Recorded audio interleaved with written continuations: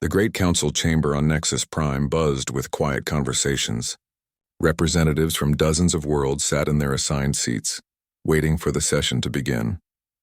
The massive dome above them showed the stars, reminding everyone of the vast galaxy they all shared. Ambassador Zethkar of the Vorthak Empire shifted in his seat. His dark blue skin gleamed under the chamber lights and his forearms moved restlessly. He was tired of waiting.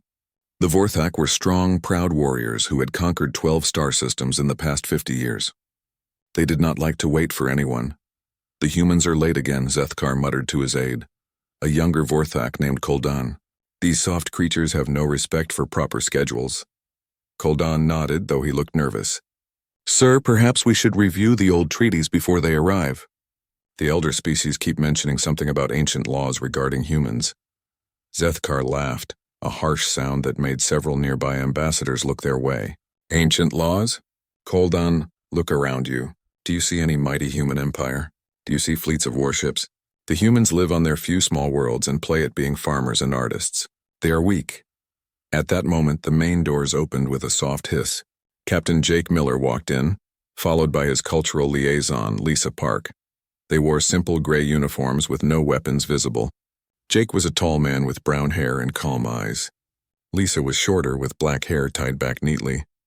They moved quietly to their seats, nodding politely to other representatives. Look at them, Zethkar whispered. See how they try not to disturb anyone? This is the behavior of prey animals, not predators. The session began with routine trade discussions.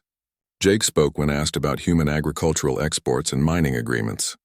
His voice was steady and reasonable. Lisa helped translate cultural concepts that other species found confusing. They seemed more like teachers than warriors. During a break, Elder Kexalon of the ancient Morden approached Zethkar. The old creature moved slowly on 6 legs, his silver skin marked with the scars of countless years. His species had been traveling the stars since before most others had learned to make fire. Young Zethkar, the elder said in his whispery voice, I hear rumors that your people eye the Kalari colonies. I must warn you about the ancient accords. What accords? Zethkar asked, though he kept his voice respectful. The Morden were old and wise, even if they were no longer strong. The Kalari signed mutual defense treaties with humanity 300 years ago. The galactic laws are clear. No hostile action may be taken against human territories or their allies. There are good reasons for these laws. Zethkar looked across the chamber at Jake and Lisa, who were sharing a quiet meal with some Kalari representatives. The Kalari were small, peaceful beings who spent their time growing beautiful gardens and writing poetry. The humans looked just as harmless. Elder, with respect, what could those soft creatures possibly do? The humans have no great fleets. They have no warrior culture. They send farmers and diplomats to council meetings. The old laws were made in different times. Kexalon's ancient eyes grew sad. Young one, the laws were not made to protect others from the humans. They were made to protect the humans from themselves, and to protect the rest of us from what they become when they stop protecting themselves. What do you mean? Ask yourself this, Zethkar. Why does a species that could barely defend 3 small worlds have defense treaties with so many others? Why do the Kalari, who value peace above all else, choose to ally with humans rather than stronger empires? Why do we have laws specifically about not provoking them? Zethkar had no answer, but he was not convinced. The old Morden lived in the past, afraid of shadows and ancient stories. When the session resumed, the topic turned to the disputed rim sectors. The Kalari representative, a gentle being named Yelsara, spoke of increased Vorthak military presence near their colonies. We are peaceful people, Yelsara said. We do not understand why the Vorthak fleets gather at our borders. We have nothing they need, only farms and art schools. Zethkar stood up. The Vorthak Empire requires those sectors for strategic purposes. The Kalari may relocate to other worlds if they wish. A shocked silence filled the chamber. Lisa Park exchanged a quick look with Jake Miller. Jake stood slowly. Ambassador Zethkar, Jake said quietly. The Kalari Accords guarantee their territorial integrity. Any threat to Kalari sovereignty would trigger the mutual defense clauses. And what would you soft humans do about it? Zethkar asked, his voice rising. Send strongly worded letters?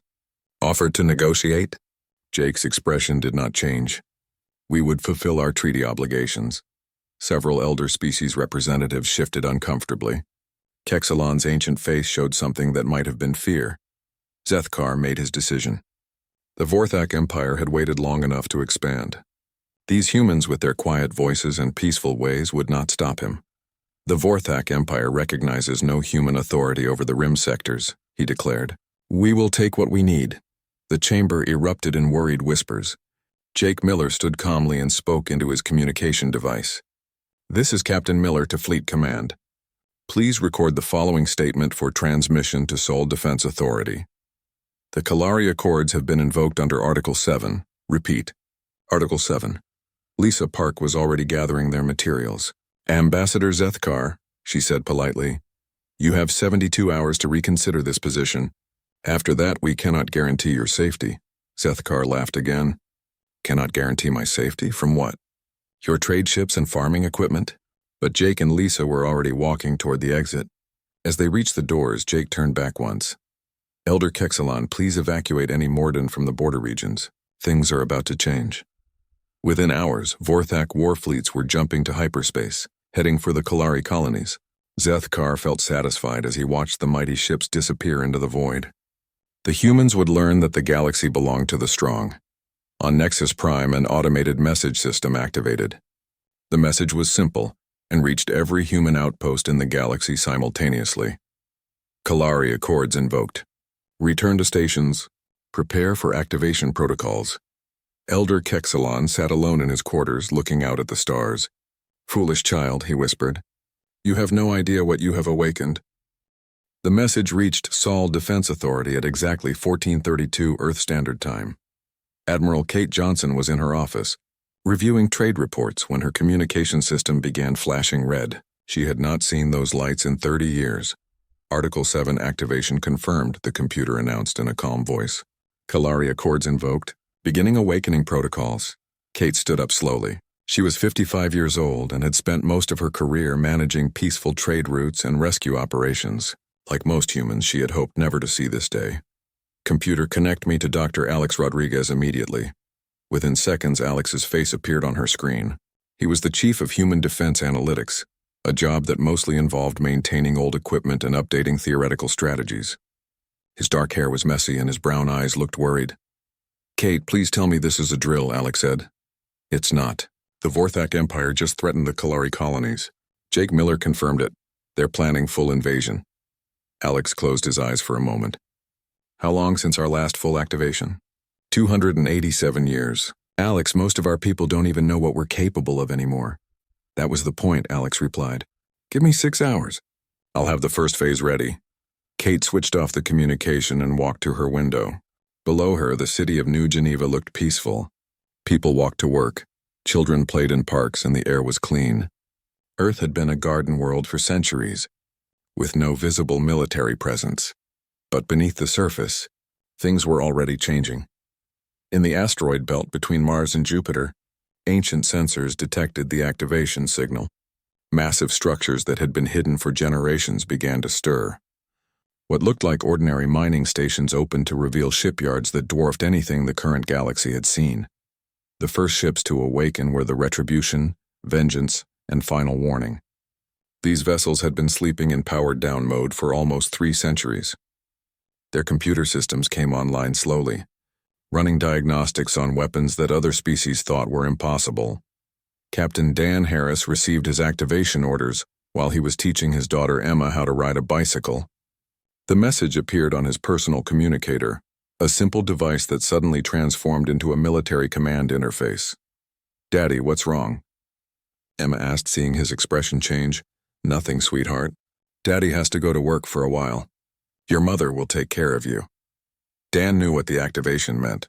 Every human adult received basic military training, but only a few were chosen for the deep programs. Dan had hoped his children would never need to know about that part of human society. Meanwhile, the Vorthak invasion was proceeding exactly as planned. Commander Veltar led the assault fleets toward the Kalari homeworlds. The Kalari had no military to speak of, just a few patrol boats and some defensive satellites. This will be over quickly, Veltar told his crew. The Kalari cannot fight and the humans are too far away to help.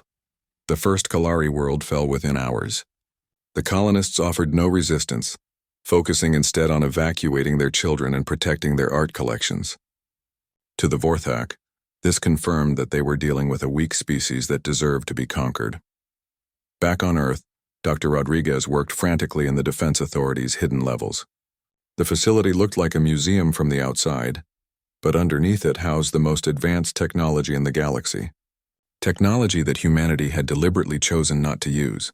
Sergeant Amy Thompson. "Report to Station 7, he announced over the internal communication system. Amy had been working as a peacekeeper in the African Federation when her activation orders came through. She was a tall woman with blonde hair and sharp green eyes. Like all humans in the military reserve, she had trained for this day but hoped it would never come.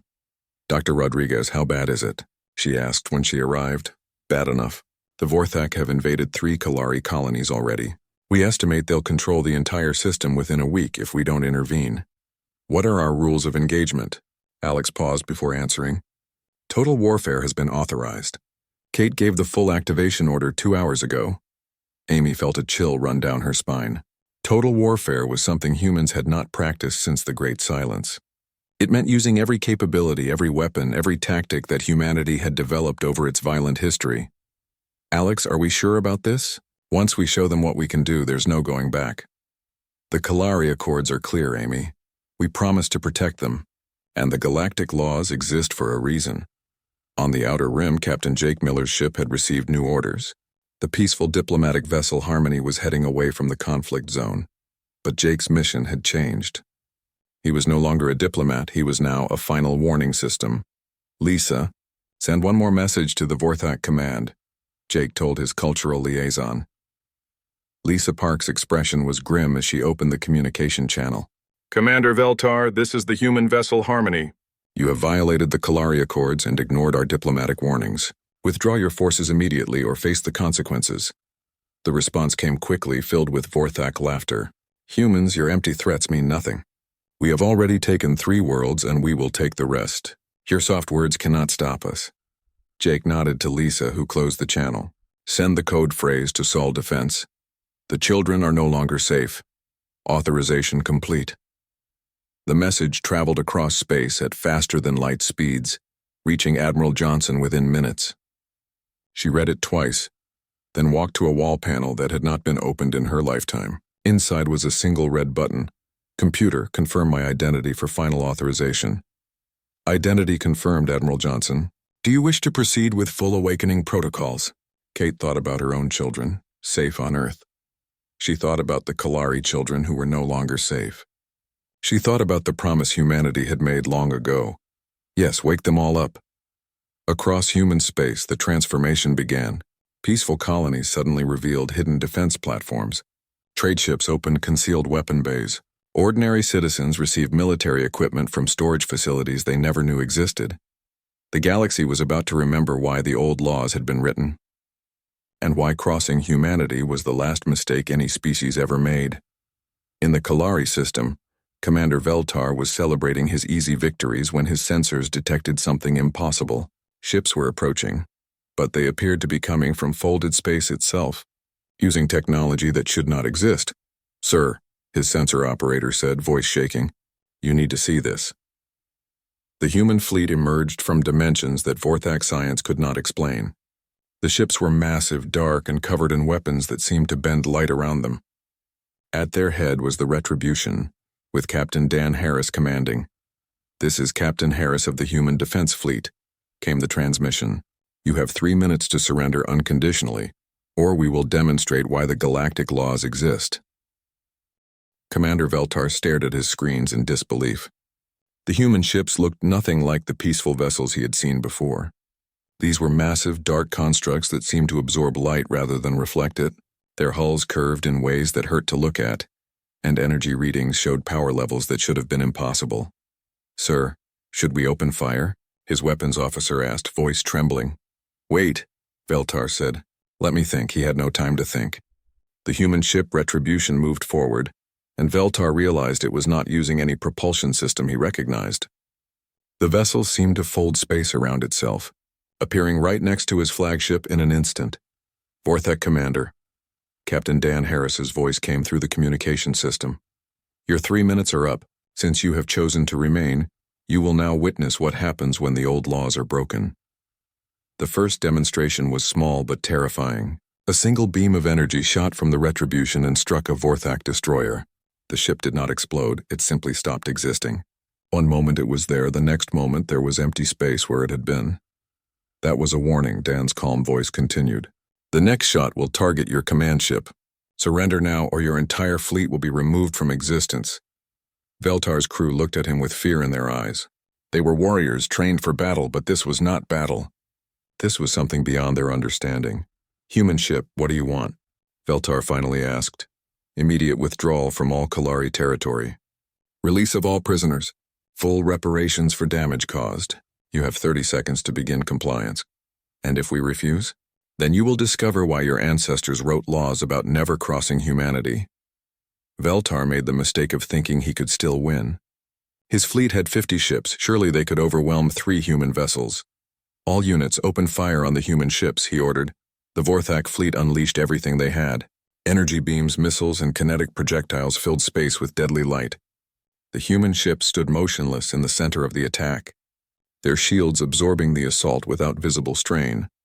When the Vorthak weapons stopped firing, the human ships were undamaged. Your turn, Dan Harris said quietly. What happened next would be remembered in galactic history as the Kalari system demonstration. The human ships did not simply return fire, they rewrote the rules of warfare. The Retribution released small objects that moved through space like living things.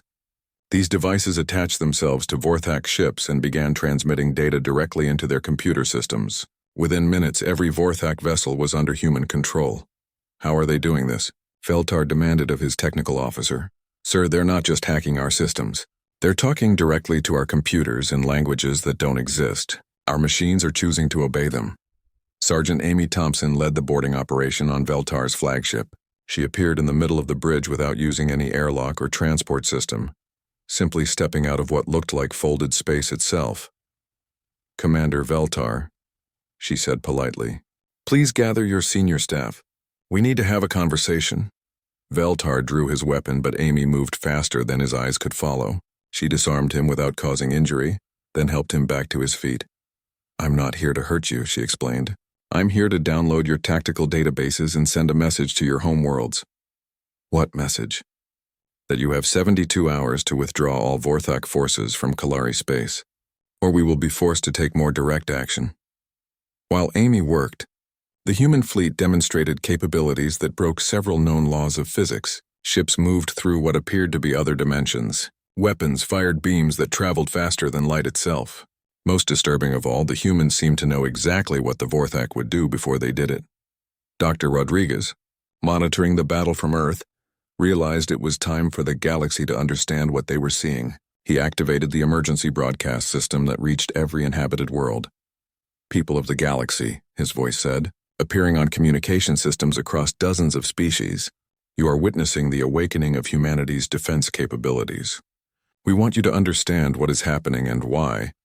The broadcast showed historical records from 300 years ago, when humanity had fought its last real war. Images of devastated worlds, broken fleets, and technologies that seemed more like magic than science filled screens across the galaxy. Humanity did not become peaceful because we were weak, Alex continued. We became peaceful because we were too strong. Our species developed weapons and tactics that could have destroyed entire civilizations. So we chose to limit ourselves. The images showed human colonies transforming their military equipment into farming tools, warships being converted to exploration vessels, and weapons being locked away in hidden storage. The galactic laws exist not to protect others from us, but to protect us from what we become when we are forced to defend ourselves and those we have promised to protect. Back in the Kalari system, the demonstration reached its climax. The human ship final warning approached the local star. Using gravitational manipulation technology that other species thought impossible, it created a controlled solar flare that destroyed the Vorthak military base on the system's outer moon. The flare was precise, surgical, and terrifying. It removed only the military installation while leaving the rest of the moon untouched. The message was clear. Humanity could use the stars themselves as weapons. Commander Veltar watched from his captured bridge as his proud fleet became a floating museum of Vorthak military technology. The humans had not destroyed his ships. They had simply taken control of them to study their capabilities. Why? He asked Amy Thompson. Why not just destroy us? Amy looked sad as she answered. Because destruction is easy, Commander. Teaching is harder. We want you to understand why the old laws exist so this never happens again. What happens to us now? You will return to your homeworlds carrying a complete record of what you have seen here. Your people will decide whether they want to continue this path or choose a different one. The broadcast ended with current images of the human fleet, ships that moved like living things, weapons that could rewrite reality, and soldiers who fought with deadly precision while somehow maintaining their humanity. Elder Kexalon, watching from Nexus Prime, spoke into his own recording device. Let this be recorded for future generations. The humans have awakened from their long sleep. They fight not with anger but with sadness. They destroy not for conquest but for protection, and they show mercy even to those who would show them none. On Earth, Admiral Kate Johnson received reports that Vorthak resistance was crumbling across multiple systems. Their fleets were surrendering rather than face human capabilities they could not understand or counter. Ma'am, her communication officer reported, we're receiving surrender offers from 17 Vorthak commanders. They're requesting permission to withdraw from all disputed territories. Tell them withdrawal is not enough, Kate replied. They must also provide reparations to the Kalari and submit to oversight until we're certain they understand the consequences of their actions. And if they refuse? Kate looked out at the peaceful Earth sky, knowing that similar scenes of tranquility existed on 1,000 human worlds. Then they will learn why we spent 3 centuries trying to avoid this conversation. Ambassador Zethkar sat in his private chambers on the Vorthak homeworld, watching reports flood in from across the Empire. Fleet after fleet was surrendering to human forces. Entire star systems were abandoning Vorthak control rather than face the awakened human military machine. Sir, his aide Koldan said quietly, Elder Kexalon is requesting to speak with you. Zethkar wanted to refuse, but he knew he needed answers.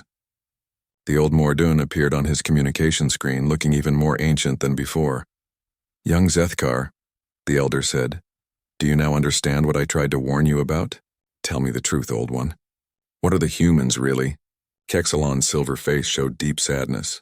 They are what we all could have become if we had chosen differently. Long ago, humanity fought a war so terrible that they voluntarily limited themselves. They created the galactic laws not to protect us from them, but to protect themselves from what they could become. What do you mean? The humans discovered that they were too good at war. They could have conquered the entire galaxy 300 years ago, but they realized that conquest would change them into something they did not want to be, so they chose peace instead. Zethkar watched another report showing human ships appearing in Vorthak territory. These vessels moved with a precision that suggested they knew every Vorthak position before the battles even began. How do they fight like this? He asked. They study their enemies completely, not just their weapons and tactics, but their psychology, their culture, their deepest fears. They turn war into a science, and they are very good scientists. On the planet Vorthak Prime, Colonel Rick Wade led human ground forces in an operation that redefined military strategy. His troops did not destroy Vorthak installations, they captured them intact and turned them into research facilities. Sergeant, what's the status on the command center? Rick asked through his communication device. Secured, sir. No casualties on either side. The Vorthak defenders surrendered as soon as they saw our approach. This was the most disturbing aspect of human warfare. They seemed to win battles without fighting them. Vorthak soldiers would see human troops approaching and simply give up, as if they instinctively knew that resistance was pointless. The humans studied captured Vorthak equipment with the enthusiasm of scientists examining new discoveries. They did not steal the technology. They understood it, improved it, and then gave it back with instructions on how to use it more effectively. Colonel Wade, one of his officers, reported, the Vorthak prisoners are asking to join our forces. What? They say they want to fight alongside us instead of against us. Apparently they're impressed with our tactical capabilities and want to learn. This was happening across multiple worlds. Vorthak military units were not just surrendering. They were requesting permission to serve under human command. It was as if being defeated by humanity was somehow an honor rather than a shame. General Nancy Foster coordinated the overall campaign from her command ship Justice. She watched as alien species that had never worked together before volunteered to fight alongside human forces. "General," her aide reported, "we have Kalari volunteers requesting to join the medical corps, Morden offering engineering support, and even some Vorthak units asking to help with relief operations." "Why are they doing this?" Nancy asked. "From the reports, ma'am, they say they want to prove they're worthy of human friendship." Nancy shook her head in amazement. Humanity had spent centuries building not an empire, but a network of species who genuinely wanted to help them. When the crisis came, dozens of civilizations offered support not because they were forced to, but because they chose to.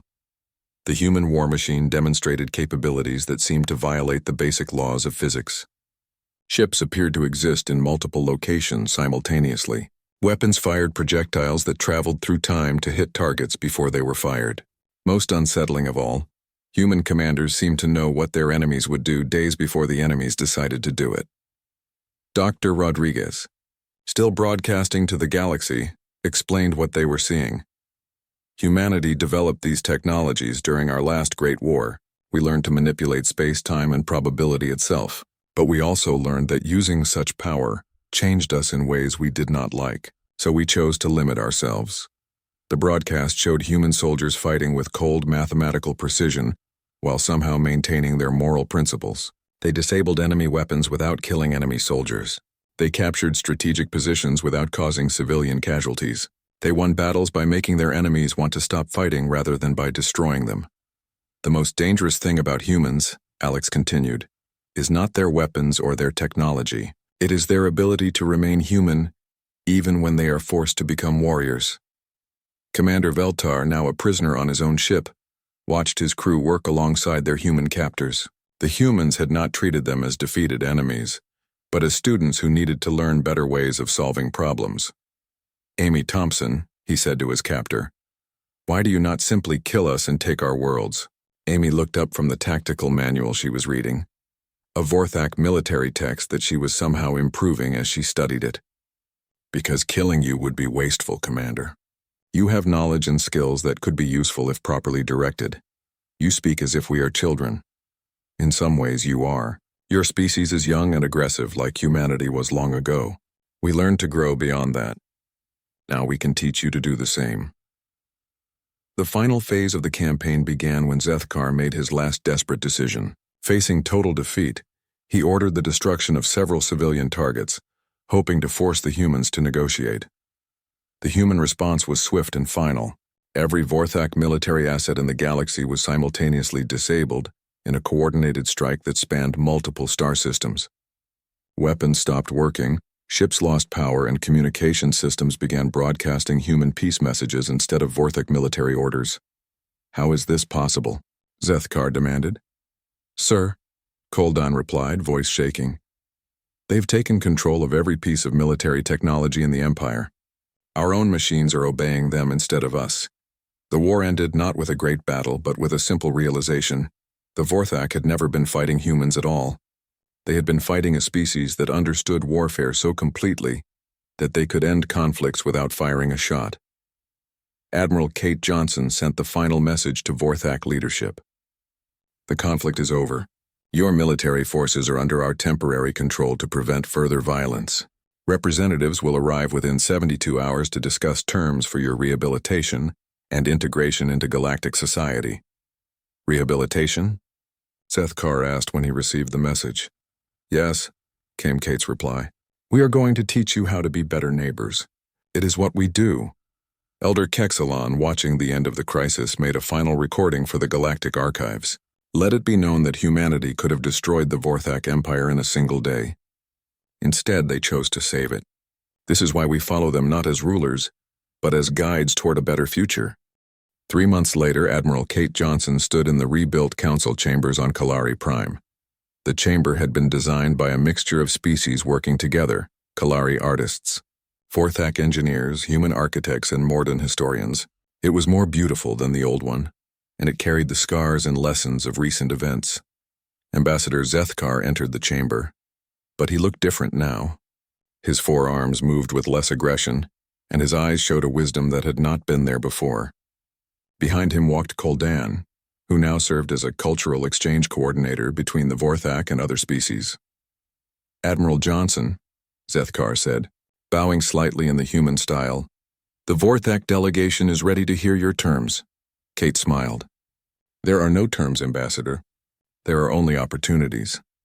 Captain Jake Miller and Lisa Park sat at their old positions, but their role had changed again. They were no longer just diplomats, they were now teachers, helping species understand how to work together instead of fighting. "The rehabilitation program is simple," Lisa explained to the gathered representatives. "The Vorthak will be assigned human mentors who will help them understand why cooperation works better than conquest." "You mean you will rule us?" Zethkar said, though without anger. "No," Jake replied. "We mean we will help you rule yourselves better." Dr. Rodriguez activated the chamber's display system, showing images of Vorthak worlds that were already participating in the program. Former military bases had been converted to schools. Weapons factories were now producing medical equipment and farming tools. Most surprisingly, Vorthak soldiers were working alongside human engineers to build better defensive systems for all species. "The goal is not to punish the Vorthak," Alex explained, "but to help them find better ways to achieve their goals. You wanted to expand and grow stronger. We can teach you how to do that through cooperation instead of conquest."